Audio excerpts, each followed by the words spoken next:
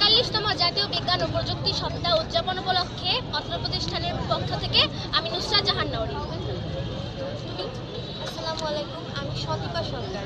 আসসালামু আলাইকুম, আমি শাপলা পারিয়া। আসসালামু আলাইকুম, আমি সামিয়া। আসসালামু আলাইকুম, আমি রাবিয়া আক্তার। আসসালামু আলাইকুম, আমি লামিয়া। আসসালামু আলাইকুম, আমি বুশরা। আসসালামু আলাইকুম, আমি মৌনতা কবির। আমি বিদুল ইসমিয়া। আসসালামু আলাইকুম, আমি রাইসা।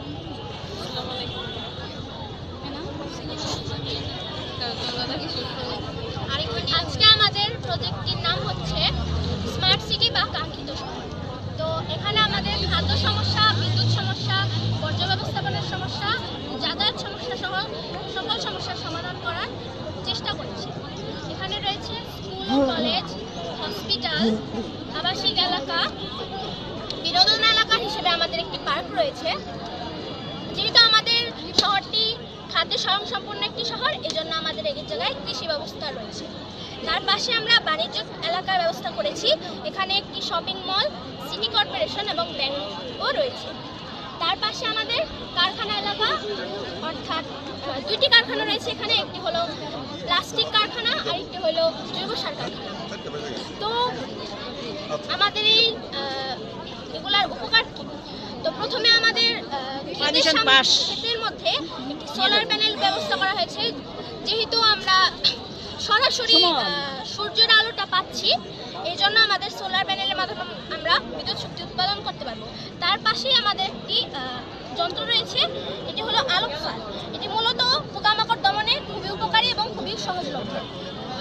আর আমরা বাতাসের প্রবাহের মাধ্যমে টারবাইন দিয়ে বিদ্যুৎ শক্তি উৎপাদন করার চেষ্টা করব।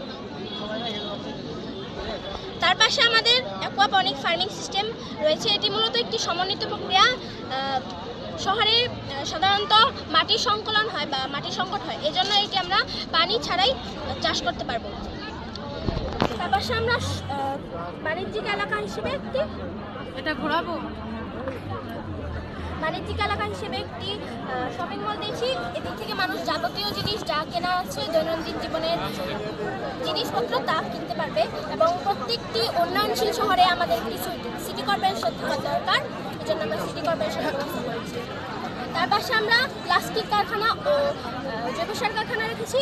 এখান থেকে প্রত্যেকটি এলাকা আপনারা দেখতে পাচ্ছেন দুটি করে ডাস্টবিন। একটি হলো অপচনশীল দ্রব্যের জন্য, আরেকটি হলো পচনশীল দ্রব্যের জন্য। আমরা অপচনশীল দ্রব্য যেমন ওয়ান টাইম গ্লাস, প্লাস্টিকের পলিথিন এইসব রিসাইকেল করব প্লাস্টিক কারখানার মাধ্যমে। তারপরে আমরা জৈব সার কারখানার মাধ্যমে গরুর যে গোবর রয়েছে তার মাধ্যমে আমরা এই গাড়ি দিয়ে ট্রান্সপোর্ট করব এবং তার মাধ্যমে আমরা এই কারখানাটায় ট্রান্সফার করব।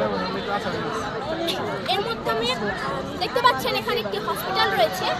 হসপিটালের পাশাপাশি আমরা আবাসিক এলাকার ব্যবস্থা করছি, যাতে আমাদের নিয়ে যেতে বেশি টাইম না লাগে। এখানে একটি যন্ত্র আছে। তো যন্ত্রটি হলো এমন একটি বিশেষ একটি যন্ত্র যার মাধ্যমে আমরা আলোর মাধ্যমে তথ্য সরবরাহ করতে পারি। এখানে একটি সেন্সর লাগানো দেওয়া হয়েছে, তার মাধ্যমে আমরা মুহূর্তে এই আলো, এই লেজার রশ্মিটা যখন এখানে এসে পড়বে তখন আমরা এখানে এই হেডফোনটার মাধ্যমে শব্দটা শুনতে পাবো। এবং এখানে দেখতে পাচ্ছেন যে একটা আন্ডারগ্রাউন্ড টানেল আছে। এটি মূলত মাটির নিচে থাকে এবং এটি মূলত মালামাল বহন এবং মিলিটারিদের বিভিন্ন কাজ লাগবে। আর আবাসিক এলাকায় একটি বিশেষ একটি যন্ত্র রয়েছে, এটি হলো পানি সংরক্ষণকারী যন্ত্র। এই পানি সংরক্ষণকারী যন্ত্রের মাধ্যমে আমরা বৃষ্টির পানি যখন পড়বে তখন এই ছাউনিটার উপর পড়বে, তার মাধ্যমে আমরা পাইপ দিয়ে এই পানির ট্যাঙ্কে রাখবো। পানির ট্যাঙ্কে রাখার ফলে ভূগর্ভস্থ পানির উপর চাপটা কমে। এবং এর পাশে রয়েছে একটি ডিডি ভবন, অর্থাৎ হলো ডিজিটাল টেকনোলজি ভবন। বর্তমানে আধুনিক বিশ্ব কিন্তু সম্পূর্ণ তথ্য নির্ভর। তো এটি এমন একটি ভবন যার মাধ্যমে সম্পূর্ণ দেশের যাবতীয় তথ্য এখানে সংরক্ষিত থাকবে। এবং আমরা বিনোদন এলাকা হিসেবে একটি পার্ক দিয়েছি। এখানে শিশুরা খেলাধুলা করতে পারবে এবং বড়রা তাদের অবসর সময় শান্তি, সুশৃঙ্খল এবং শান্ত পরিবেশে কাটাতে পারবে।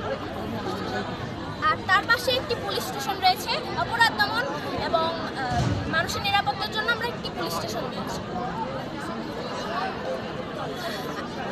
এই ছিল আজকে আমাদের প্রজেক্ট। ধন্যবাদ। এক্সিলেন্ট।